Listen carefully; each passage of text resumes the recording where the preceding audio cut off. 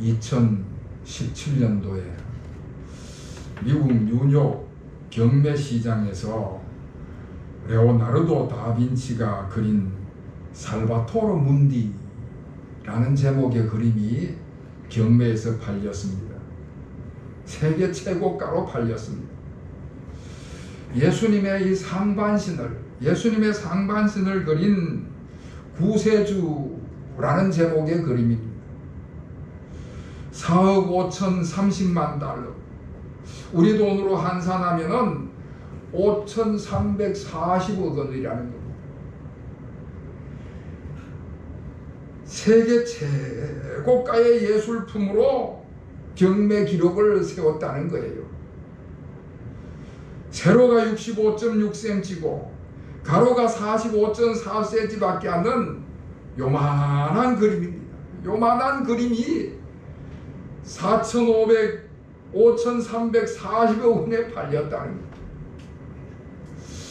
그러면 레오나르도 다빈치가 그린 최후의 만찬의 그림은 도대체 가격을 어떻게 매길 수가 있을까?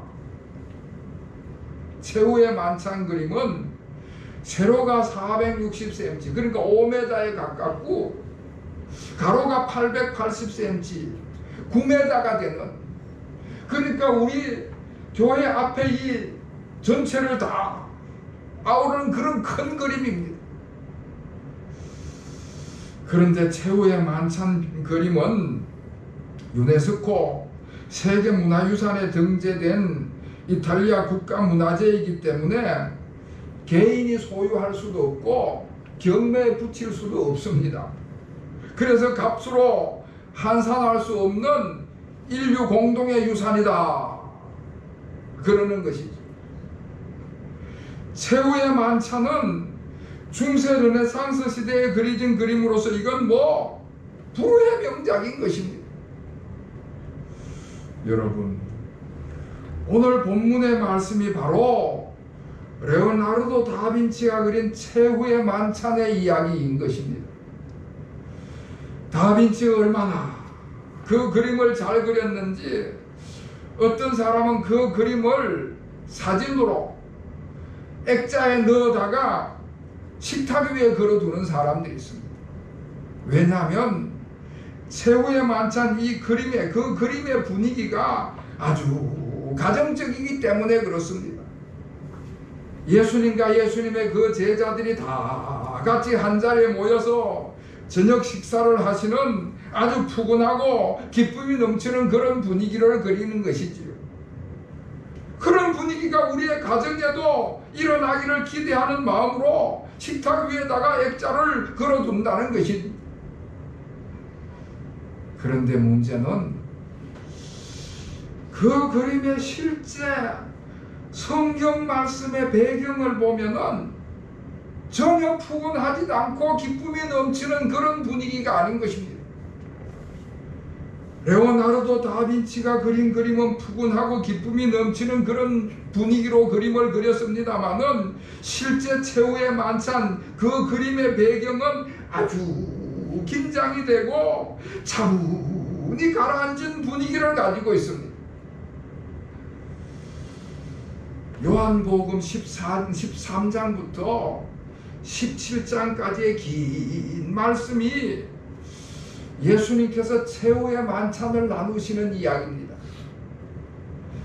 예수님께서 그 식탁에서 제자들을 가르치시고 또 예수님께서 기도하시는 그런 내용들이 쭉 기록이 되어 있습니다. 왜 최후의 만찬인가 하면은 예수님께서 이제 그 식사를 마치시게 되면은 그날 밤에 잡히시게 되고 그 다음날 금요일에는 십자가에서 죽음을 맞이하게 되는 것입니다. 아주 극한 상황 속에서 제자들과 마지막으로 식사를 나누는 그런 시간인 것입니다. 옛날 조선시대 우리나라 말로 표현을 하면요, 자기 제사밥을 먹는 시간입니다. 죽음을 앞에 두고 마지막으로 밥을 먹는 시간이니까 그 밥인들 제대로 넘어가겠습니까? 뭔가 마음이 초긴장 상태에 빠져 있고 주변 상황이 굉장히 긴박하게 흘러가는 그런 상황인 것입니다. 자, 그런데 요한복음 13장 1절 말씀에 보면 예수님께서 자기가 세상을 떠나 아버지께로 돌아가실 때가 이런 줄을 아시고 세상에 있는 자기 사람들을 사랑하시되 끝까지 사랑하시니라 말씀을 하십니다. 지금 자기 자신도 간수하기가 힘든 판에 제자들과 다른 사람들을 끝까지 사랑하시고 챙기시는 그런 모습을 보여주고 있습니다. 그래서 우리가 예수님의 사랑이 얼마나 큰가 하는 것을 여기서 깨닫게 된다는 것이지요. 여러분, 예수님의 사랑을 한마디로 정리를 한다면은 절대적인 사랑이다, 그렇게 말할 수가 있습니다.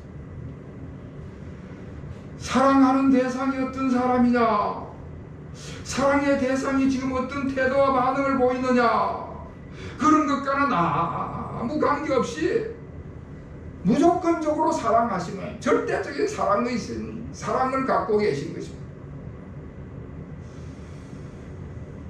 우리 사람들이 하는 사랑은 상대적인 사랑이다, 그럴 수가 있습니다.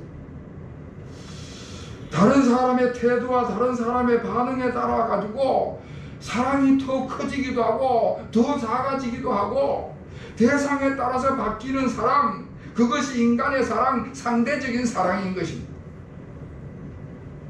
그러나 우리 예수님의 사랑은 상대방이 어떠하냐에 관계없이 무조건적으로 사랑하시는 절대적인 사랑을 가지신 것입니다.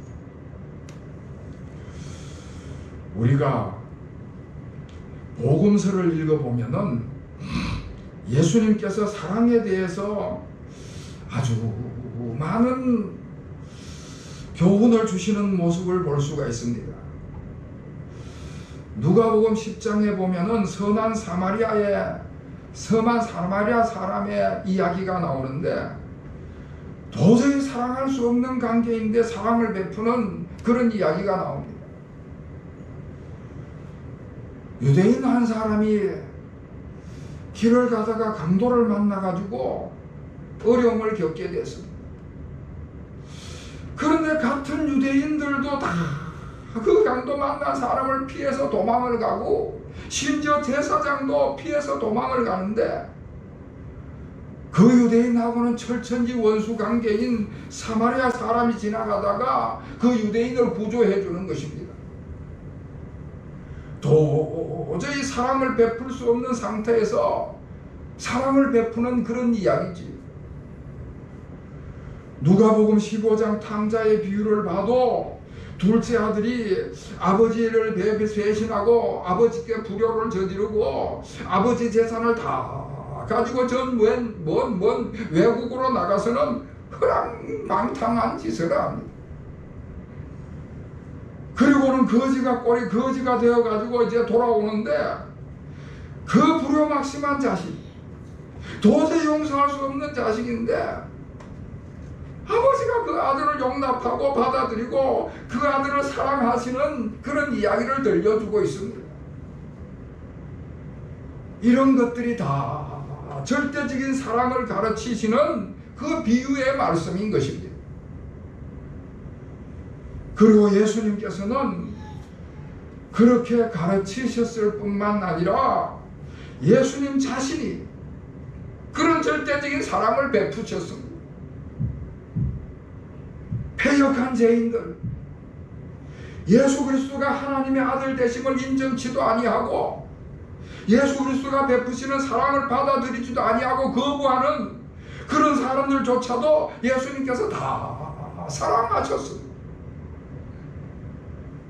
사랑의 대상이 어떤 사람이냐, 그 사람이 어떤 태도를 가지고 있느냐, 그런 것에 좌우되지 아니하고 예수님은 예수님 자신이 가지고 있는 사랑의 속성 그대로 그 사랑을 베푸시는 절대적인 사랑을 하셨습니다. 자, 그리고 예수님의 사랑을 또 다른 말로 표현을 한다면은 희생적인 사랑이다 말할 수가 있습니다. 자기 자신을 온전히 다 내어놓으시고 목숨까지 내어놓으시는 희생적인 헌신적인 사랑인 것입니다. 여러분, 오늘 우리가 이 자리에 앉아 있는 것은 예수님의 그 희생적인 사랑, 자기 목숨을 버리신 헌신적인 사랑, 그것을 힘입어서 우리가 생명 구원 받아서 하나님의 자녀가 됐기 때문에 오늘 이 자리에 앉아 있는 줄로 믿습니다. 아멘.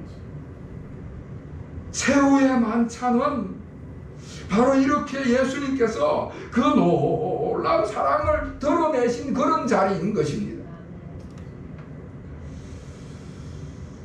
자, 그리고 최후의 만찬 자리에서 예수님께서 제자들에게 사랑은 이런 것이다 하는 것을 보여주시고 가르쳐주시고 체험케 하는 그런 자리였습니다. 예수님께서 말씀으로 사랑을 가르치시고 제자들의 발을 손수 씻기시면서 몸소 사랑에 실천하는 모습을 보여주시고 장차 자신을 십자가에 희생하심으로 아가페 사랑을 제자들에게 다 체험케 하신 것입니다. 자, 그러시면서 오늘 본문 말씀에서 예수님께서 뭐라고 말씀을 하시는가 하면은 그와 같은 사랑으로 서로 사랑하라 명령을 하셨습니다. 오늘 본문 34절 35절을 우리 다시 한번 다 같이 읽겠습니다. 34절 35절 시작. 새 계명을 너희에게 주노니 서로 사랑하라. 내가 너희를 사랑한 것 같이 너희도 서로 사랑하라. 너희가 서로 사랑하면 이로써 모든 사람이 너희가 내 제자인 줄 알리라. 아멘. 여러분, 예수님의 사랑은 절대적인 사랑이고 희생적인 사랑인데 그 예수님의 사랑을 제자들에게 말씀을 하시면서 너희도 이런 사랑으로 서로 사랑하라 명령을 하시는 것입니다. 여러분, 우리가 예수님의 이 놀라운 사랑을 받은 것은 참 크나큰 축복인 것이지요. 그런데 이런 축복을 받은 사람으로서 혼자 그 사랑을 받은 것으로 끝나지 말고 축복받은 그 사랑을 다른 사람에게 가서 똑같이 베풀어라 말씀을 하시는 것입니다.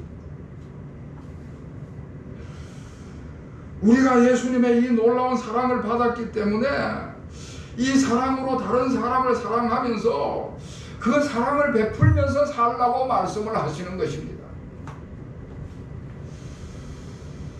그런데 여러분, 서두에 말씀을 드렸듯이 우리 인간들은 상대적인 사랑, 조건이 붙어있는 사랑에 익숙한데 예수 그리스도의 그 절대적인 사랑, 희생적인 사랑을 베풀어라.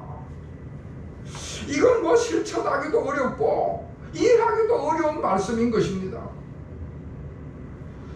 예수님의 사랑은 우리 인간이 감당하기에는 너무나 수준이 높기 때문에 우리 인간으로는 도저히 이해하기도 어렵고 실천하기는 더더욱 어려운 것이지요.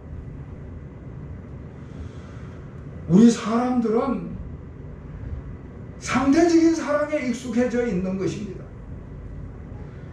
나를 사랑하는 사람이면 나도 그를 사랑하고 나를 미워하는 사람이면 나도 그를 미워하는 상대적인 사랑에 익숙해져 있는데 사랑의 대상이 어떤 태도를 가지고 반응을 하느냐에 따라서 자꾸 자꾸 뒤바뀌는 것이 우리 인간의 감정인 것입니다.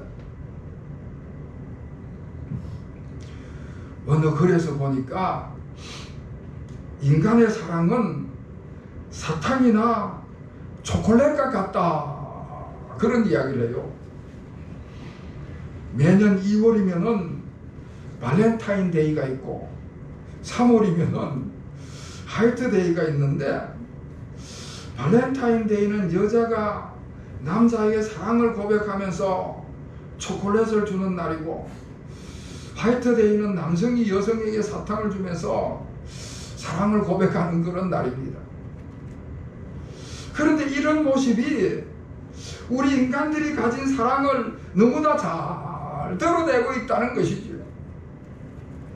그렇게 달콤하고 그렇게 화려한 초콜릿이나 사탕이 환경과 조건에 따라서 너무나 쉽게 변하는 것입니다.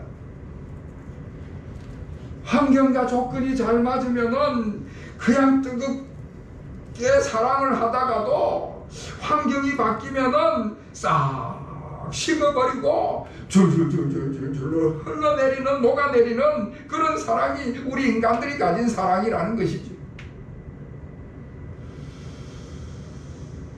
여러분, 이렇게 낮은 수준을 가지고 있는 인간인데, 그런 우리를 향해서 예수님께서 예수님과 같은 사랑으로 서로 사랑하라 말씀을 하십니다. 내가 너희를 사랑한 것 같이 너희도 서로 사랑하라. 너희가 서로 사랑하면 이로써 모든 사람들이 너희가 내 제자인 줄 알리라 말씀을 하십니다. 여러분, 제자라고 하는 것은 선생님께 배우고 선생님을 본받고 선생님을 닮아서 선생님 같은 삶을 살아가는 사람을 제자라고 합니다. 우리가 그리스도인으로서 다 예수님의 제자입니다. 그리스도인이라는 이 단어 자체가 제자를 의미하는 단어인 것입니다. 자, 그러면 어떻게 상대적인 사랑을 가지고 있는 인간으로서 절대적인 사랑을 할 수가 있느냐? 여러분, 그 비결은요, 우리가 끊임없이 주님께 가까이 나가서 주님과 영적인 관계를 나누는 방법밖에는 없는 것입니다. 주님의 말씀인 성경을 늘 묵상하면서 그 말씀을 영의 양식으로 삼아야 할 것이고요, 주님께서 기뻐하시고 영광을 받으실 찬양을 소리내어 부름으로써 주님의 사랑을 덧입어야 되는 것이고요, 주님의 뜻을 헤아려서 내 삶 속에 주님의 뜻이 나타나도록 끊임없이 기도의 줄을 붙잡아야 하는 것입니다. 그럴 때에 주님의 성품이 우리에게도 묻어나서 주님의 사랑의 성품이 우리에게 전달이 되어서 비록 낮은 수준의 사랑을 가지고 있는 상대적인 사랑을 할 수밖에 없는 존재이지만은 주님의 희생적인 그 절대적인 사랑을 우리가 흉내내고 전달할 수 있게 된다 하는 이야기입니다. 다시 말해서 상수도관이 물을 공급하듯이 전기줄이, 전선이 전기를 전달하듯이 우리가 주님과 영적 교제를 하게 되면 그 사랑을 받아서 전달해주는 그런 도구의 역할을 할 수가 있다는 것입니다. 자, 그리고 우리가 주님의 그 절대적인 사랑을 어떻게 실천할 수 있느냐 하면은, 예수님께서 나를 구원하시기 위해서 십자가에 죽기까지 하신 것처럼 나도 나와 같이 죽을 수밖에 없는 인생들을 주님께로 인도하여 그 영혼을 구원하는 것입니다. 우리 주님께서 인간에게 베푸신 절대적인 사랑은 죄로 말미암아 죽을 수밖에 없는 인간을 구원하시기 위해 가지고 하늘 보좌를 내려놓으시고 이 땅에 내려오신 성육신의 사건, 성육신의 사랑인 것입니다. 한 생명을 천하보다도 더 귀히 여기시는 절대적인 사랑인 것이죠. 그 주님의 뜻을 이룬다는 것이, 그 주님의 구속사역에 우리가 동참한다는 것이 주님의 사랑을 실천하는 것이 된다 하는 이야기입니다. 그래서 우리 그리스도인들의 최대의 사랑은 뭐 누구에게 재물을 주고 지식을 나눠주고 뭐 권력을 나눠주는 그런 것들이 아니라 주님의 지상 명령인 한 영혼을 사랑해서 그 영혼을 어떻게 구원하느냐 하는 것에 달려 있다는 것입니다. 비록 내가 상대적인 인간으로서 절대적인 사랑을 할 수는 없지만은 우리 주님께서 원하시는 한 생명을 구원하는 일에 동참을 하게 될 때에 우리 주님의 사랑을 실천하는 도구가 되는 것입니다. 사랑하는 성도 여러분, 우리가 주님의 제자가 된다는 것은 다른 사람들이 우리를 볼 때에 야, 저 사람은 예수 그리스도의 제자구나, 저 사람이 교회 다니는 그리스도인이구나, 그렇게 인정해 줄 수가 있어야 하는 것입니다.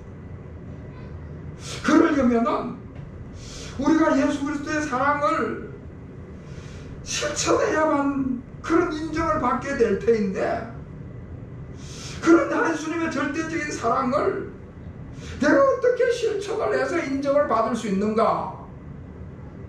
오늘 두 가지를 말씀드렸습니다.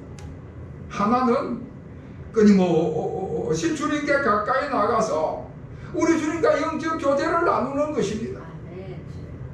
말씀을 통하여서 찬양을 부름으로써 간절한 기도의 줄을 붙잡음으로써 영적 교제를 나누게 될 때에 수도관이 물을 공급하듯이, 전선이 전기를 전달하듯이 우리 주님의 그 사랑을 받아서 전달해주는 사랑의 전령사가 되는 것입니다. 할렐루야. 그리고 예수님께서 날 구원하셨듯이 그 사랑을 가지고 또 다른 죽을 생명을 주님께로 인도하는 주님의 명령에 준행할 때에 우리가 주님의 제자로 인정받게 될 것입니다. 사랑하는 성도 여러분, 그럴 때에 비록 나는 상대적인 사랑을 할 수밖에 없는 인간이지만은 우리 주님께서 명령하신 내가 너희를 사랑한 것 같이 너희도 서로 사랑하라 하신 이 말씀, 주님의 절대적인 사랑을 실천할 수 있게 되는 것이고, 그리고 주님의 진정한 제자로 인정받게 될 줄로 믿으시기를 바랍니다. 이와 같은 은혜가 우리 모든 교우들에게 임하시기를 다시 한번 주님의 이름으로 축원합니다. 기도하겠습니다. 하나님 아버지, 제 가운데서 죽을 수밖에 없는 저희들을 이렇게 구원해 주셨음을 감사드립니다. 그 크신 사랑을 받은 저희들에게 내가 너희를 사랑한 것 같이 너희도 서로 사랑하라 하신 명령을 듣습니다. 비록 상대적인 사랑밖에 할 수 없는 존재이지만 주님의 그 절대적인 사랑에 동참할 수 있는 저희들이 되게 하여 주시옵소서. 주님과의 끊임없는 영적 교제를 통하여서 주님의 사랑을 전달하는 도구가 되게 하여 주시고, 천하보다도 더 귀중히 여기시오 십자가에서 생명을 버리시기까지 사랑하신 또 다른 죽은 생명을 주님께로 인도하는 그 사랑에 동참하는 저희들이 되게 하여 주시옵소서.